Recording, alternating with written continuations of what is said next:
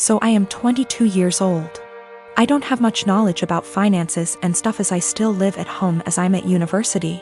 I do however pay my parents about £300 a month rent, I pay my own phone plan, buy material stuff I want or need, pay out for other services like for music or whatever, and try to put as much as I can in savings whilst still keeping enough in my main account for day-to-day purchases.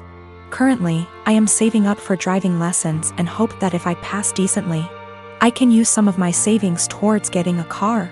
I'm in my final year of uni, so I'll be done and able to work full-time when all this happens. I also decided to get a credit card so I can learn how to manage credit wisely and build some up. My credit score is good for someone of my age and circumstance, but obviously it's nothing great in comparison for other stuff.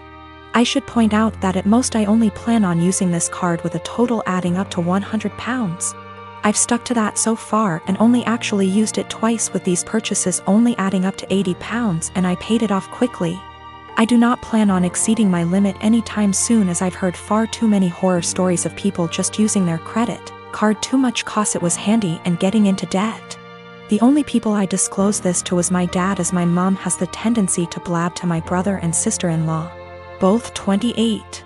She happened to overhear us talking one day, and before I knew it, my brother and sister-in-law got wind and asked me if they could use it. They both admitted they had debt spurred on by excessive credit card use and thought that since I basically had nothing owed on mine, it was free money. I told them quite politely that I was really uncomfortable with that idea and that I would owe the money and I can't magic up that kind of money. Things went quiet until a few days later they both turned up at the house. They were nice to start with, but basically started demanding I let them use the card, and they tried to manipulate my mother into guilting me into doing it. I got really angry, and when my brother said I owe it to them because they used to babysit me up until a couple of years ago, I laughed in their faces and walked out. When I came home, I learned they tried to manipulate my dad and he kicked them both out. My mother then tried and he told her to go too, and she is currently staying with my brother and Sil. The only person on my side is my dad, who tells me they're all trying to take me for a ride and they're trying to manipulate me cause I'm young and they think I'm vulnerable. My brother, sister-in-law and mom on the other hand think it isn't a big deal letting someone else use my card. It's really messing with my head, and I just want everyone to stop being in an argument. I'm the dad of a 25-year-old young girl who I love very much. I've been able to have a good relationship with my daughter and I enjoy my time with her. But there's one thing about her that would give many people pause: she is a diagnosed sociopath. She exhibited odd, disturbing behavior at a young age, and after a serious incident of abuse towards her younger sister, I realized she needed professional help. Throughout her elementary years she struggled heavily, getting in lots of trouble in school for lying, cruelty and all other types of misbehaviors. With an enormous amount of therapy and support, her bad behavior was minimized as she grew older. She received an ASPD diagnosis at 18, and I had suspected it for long prior. After her aggressive behavior was tamed, her following years were much more fruitful. She's law-abiding, has a decent job and a good education, and has many good friendships and admirers. Especially male admirers. She is very, very charming and adept at attracting guys and maintaining their interest. She uses that old dating guide, The Rules, like a Bible. She currently has a boyfriend of about a year and a half who's crazy about her, and who I have a very strong relationship with. We live in the same area and spend time together regularly. He is a great guy, very kind, funny and intelligent. But I doubt she loves him. We've had some very honest, in-depth discussions about her mental health since her diagnosis. And she's been open with me that she doesn't feel love or empathy towards anyone, even family. When she acted very sad and broken up over the death of one of her closest friends at the funeral, she confessed to me privately that it was all a put-on, and that she felt pretty neutral about the whole thing. She has also stated she has never once felt guilty about anything she's ever done, and doesn't know what guilt feels like. While she enjoys being around her boyfriend and is sexually attracted to him, I highly doubt she feels much of anything towards him love-wise. Her boyfriend, who might propose soon, has no idea about her diagnosis. And she's been very upfront with me that she has no plans to ever tell him, thinking it'll scare him away. I've made it clear to her that she needs to tell him the truth before they marry. That he has the right to know and consider it, or I will, to which she always responds, I know you wouldn't dare. I really like and respect this young man, and would feel awful keeping this secret from him. And letting him walk into a marriage without this piece of knowledge. I'm not trying to sabotage my daughter's future. Maybe her boyfriend's love of her personality and other aspects is enough that it won't end the relationship. It's his decision to make, but he deserves all the facts. Someday he's bound to find out she's a bit off. It can't be kept a secret forever. So I recently got together with a guy from my hobby. He asked me out first, and I had some doubts that we'd work together as a couple because of the age difference. He's 35 and I'm 22. So, in my apartment, since it's an old house that was originally a single-family house, there isn't much soundproofing. And the floors creak when people move. I've gotten used to the sound of the guy upstairs getting up at 4 a.m. since he starts work at 5. And the sound of the girls in the apartments to either side of mine watching telenovelas till midnight. Taking work calls all day and having friends over on weekend nights. I know when I play music or have friends over, some of the sound leaks through the walls. So I'd never get upset about hearing my neighbors because it goes both ways. So, when my boyfriend started coming over more often, he had complaints about the neighbors, which put me in an awkward place. He wanted to go speak to them or have me text them, and I said no. For example, one of the early times he stayed over, we went to bed around 10. He wanted me to ask my neighbor to turn down her TV.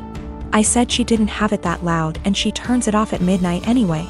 At 4 a.m., he got very irritated with my upstairs neighbor getting up and cooking breakfast.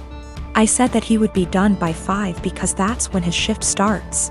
At 7 a.m., he was still trying to sleep in, and the neighbor on the other side had some work calls that he said he couldn't sleep through. I offered him earplugs and he said he couldn't sleep with them in either. He wanted me to ask her to quiet down.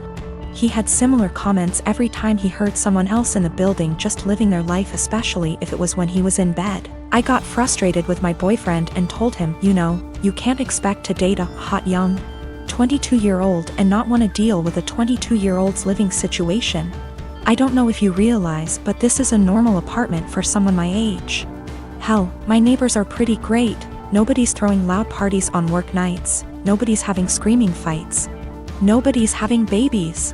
The hot young part was in sarcastic air quotes because those were his words, not mine. He got irritated and asked why I was bringing age into it. And I said it's because he can't both want someone so young and also want someone with house kinda money. And he was being so out of touch with how normal people in their 20s live.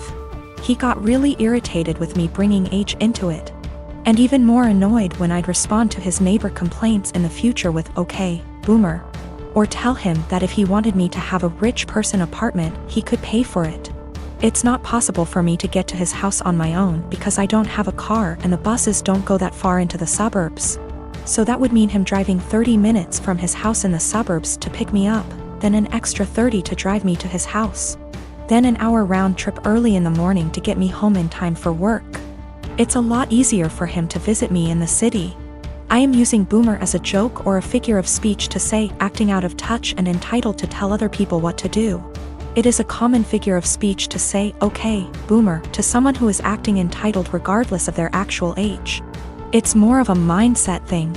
I googled his property records for his house and he owns it with a woman who shares his last name. Holy shit. I don't know if she's his wife or ex-wife or what, but I'm out of here. I'm honestly freaking out right now, but I just gotta say, great big thank you to everyone who noticed red flags and made me question that.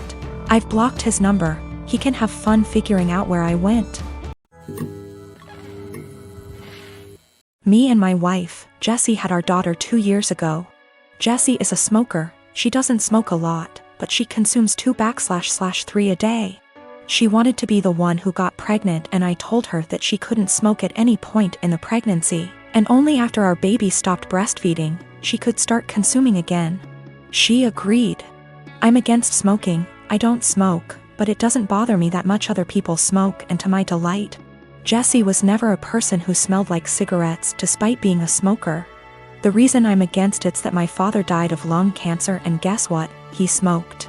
When our daughter was born, I managed to stay at home for 1 year and 3 months, because it hit the pandemic and home office. So we could both take care of it. Jessie also took advantage of the home office, same company, I'm in a higher position. When our company asked for employees to come back from the home office, we decided that we didn't want to put her in childcare yet, and we decided together that I would come back, and she would quit to stay at home all the time. Currently, we have a fair division of tasks at home. When I get home from work, I take care of our daughter so she can rest, and 2 days a week, part-time, I work at home so as not to overload. I know she stays overwhelmed, but I try to help. Recently, our daughter weaned and Jessie came to talk to me that she wanted to finally start smoking again. I said that I wouldn't pay for them, but I pay for everything. I even proposed to rearrange my schedule in case she wanted to do some freelancer. She's also a designer. But I wouldn't give her the money. Cigarettes are my limit. She was annoyed, saying that we agreed on her being somm and that I would provide financially for the family, including her expenses, and I am going behind our agreed.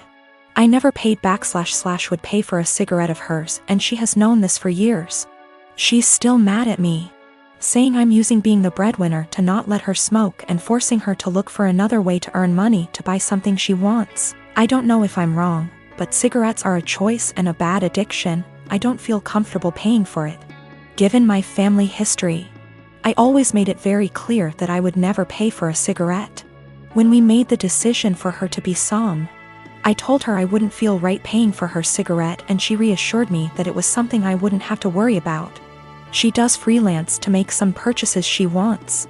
There are months when we are tighter and we can't do some shopping, so she does freelancing. It's rare, but it happens, and on those days, our daughter stays with me even if it's at my service. I never limited any of her purchases, ever, if not because of tight money.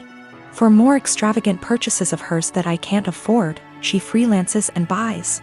So I suggested she do one a month that covers her entire cigarette stash, and I would help by staying with our daughter. She is not entirely financially dependent on me. When she wants to buy something that I can't afford with our money, she makes a design request.